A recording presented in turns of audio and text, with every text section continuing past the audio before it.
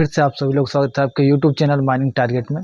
आज हम आपसे बात करने वाले हैं अप्रेंटिस को लेके। अप्रेंटिस को लेके बहुत डाउट रहता है लोगों के मन में। अप्रेंटिस क्या होता है, अप्रेंटिस कैसे मिलती है, क्या उसकी प्रोसेस है। तो इस तरह के सवाल सबके मन में उठते रहते हैं। तो आज इस वीडियो से आपके मन में अप्रेंटिस को लेके कोई डाउट नहीं रह जाएगा। मैं आपको ऐसी जानकारी दें, चाहे आप ITI किए हो, चाहे आप डिप्लोमा करे हो, चाहे आप डिग्री करे हो। अप्रेंटिस के क्या फ़ायदे हैं, अप्रेंटिस क्यों करना चाहिए, तो इन सभी विषयों में डिस्कशन करेंगे। तो चलिए बिना समय वेस्ट करे शुरू करते हैं आपको अपना वीडियो, जो कि होने वाला है अप्रेंटिस के ऊपर।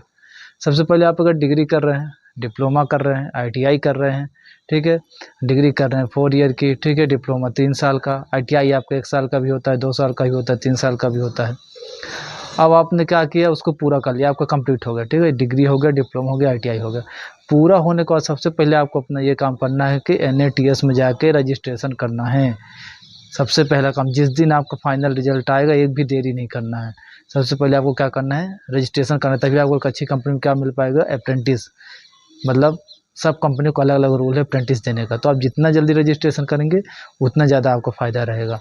तो आपको जब भी रिजल्ट आए फाइनल सेमेस्टर का, तो आप सबसे पहले रजिस्ट्रेशन रजिस्ट्रेशन करने की क्या प्रोसेस है, अगर डाउट है कमेंट करिएगा, तो मैं एक वीडियो बना दूंगा कि रजिस्ट्रेशन कैसे करना है NATS में, ठीक है।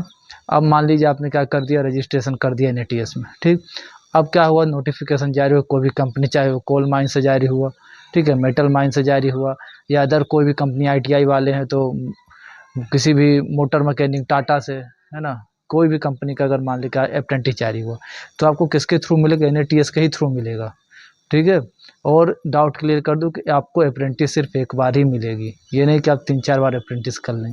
तो अप्रेंटिस सिर्फ आपको एक बार ही मिलेगी, ठीक है, बार बार अप्रेंटिस आपको नहीं मिलती है, NATS के थ्रू मिलती है। अब आपने रजिस्ट्रेशन कर दिया, जब भी जगह आई आपने क्या किया, NATS ओपन किया पोर्टल, और वहाँ पे क्या कर दिया, अपना जाके अप्लाई कर दिया। अप्लाई करने के बाद आपका क्या रहेगा, जब भी नोटिफिकेशन जारी हुई, जैसे कई लोग डाउट आते हैं सर हमने अप्लाई कर दिया, अब आगे प्रोसेस कब होगी।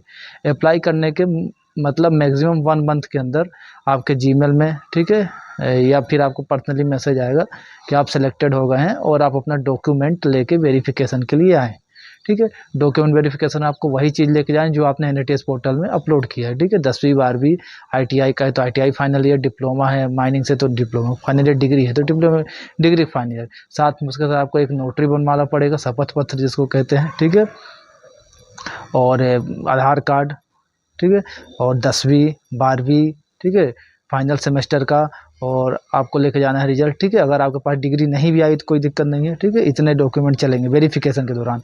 और हाँ, इनमें कोई गलतियाँ, कोई मिस्टेक नहीं होना चाहिए, सब आपको डॉक्यूमेंट एकदम सही होने चाहिए, क्लियर होने चाहिए, ठीक है। अगर कोई इसमें मिस्टेक रही तो प्रॉब्लम आती है, फिर उसको आपको प्रॉब्लम आती है तो कोर्ट शपथ पत्र दे सकते हैं, ठीक है। तो ये डॉक्यूमेंट आपको क्या, वेरिफिकेशन हो जाएगा।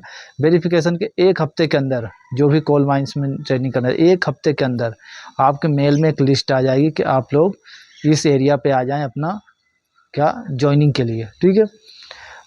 ज्वाइनिंग की प्रोसेस क्या है, मैं कोल माइंस वालों के लिए बताता हूँ, पूरी समझाता हूँ अप्रेंटिस का क्या प्रोसेस है। देखिए, अगर आप WCL में ले रहे हैं अप्रेंटिस, ठीक है, तो आपको मेडिकल WCL एक बार पहले बुला के मेडिकल करेगा, उसका जब मेडिकल फिट हो जाएगा फिर एक लिस्ट जारी करेगा आपको ज्वाइनिंग देने के लिए, ठीक है।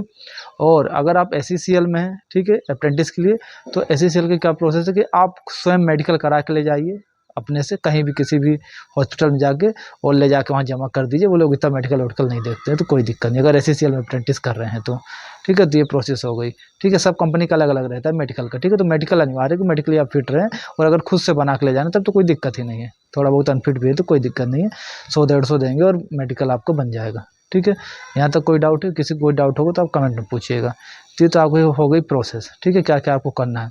अब आपको जब नाम आ गया, आपको बुलाए उस एरिया में आ जाइए, उसके बाद आप उसमें भी लंबी प्रक्रिया, आप क्या करेंगे, जब आपको बुलाएगा तो आप पहले जाएंगे वहाँ के हेड ऑफिस में, ठीक है, जहाँ पे GM ऑफिस रहता है, जनरल मैनेजर, वहाँ पे एक आवेदन देंगे कि हाँ मेरे को यहाँ मिला है, जमा के फिर वहाँ से वो आपको भेजेगा BTC सेंटर। BTC सेंटर से आपको माइंस अलॉट होगी कि कौन से माइंस में आपको जाना है।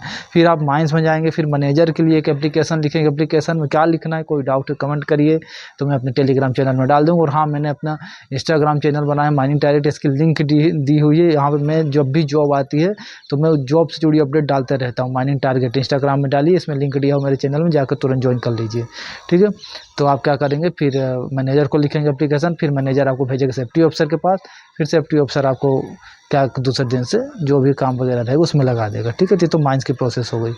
तो यही होता है आपका अप्रेंटिस। अब अप्रेंटिस करने क्या फ़ायदा है, अप्रेंटिस करने का यही फ़ायदा है कि आपको 1 साल का एक्सपीरियंस हो जाता है, ठीक है। काम वगैरह थोड़ा बहुत समझ में आ जाता है।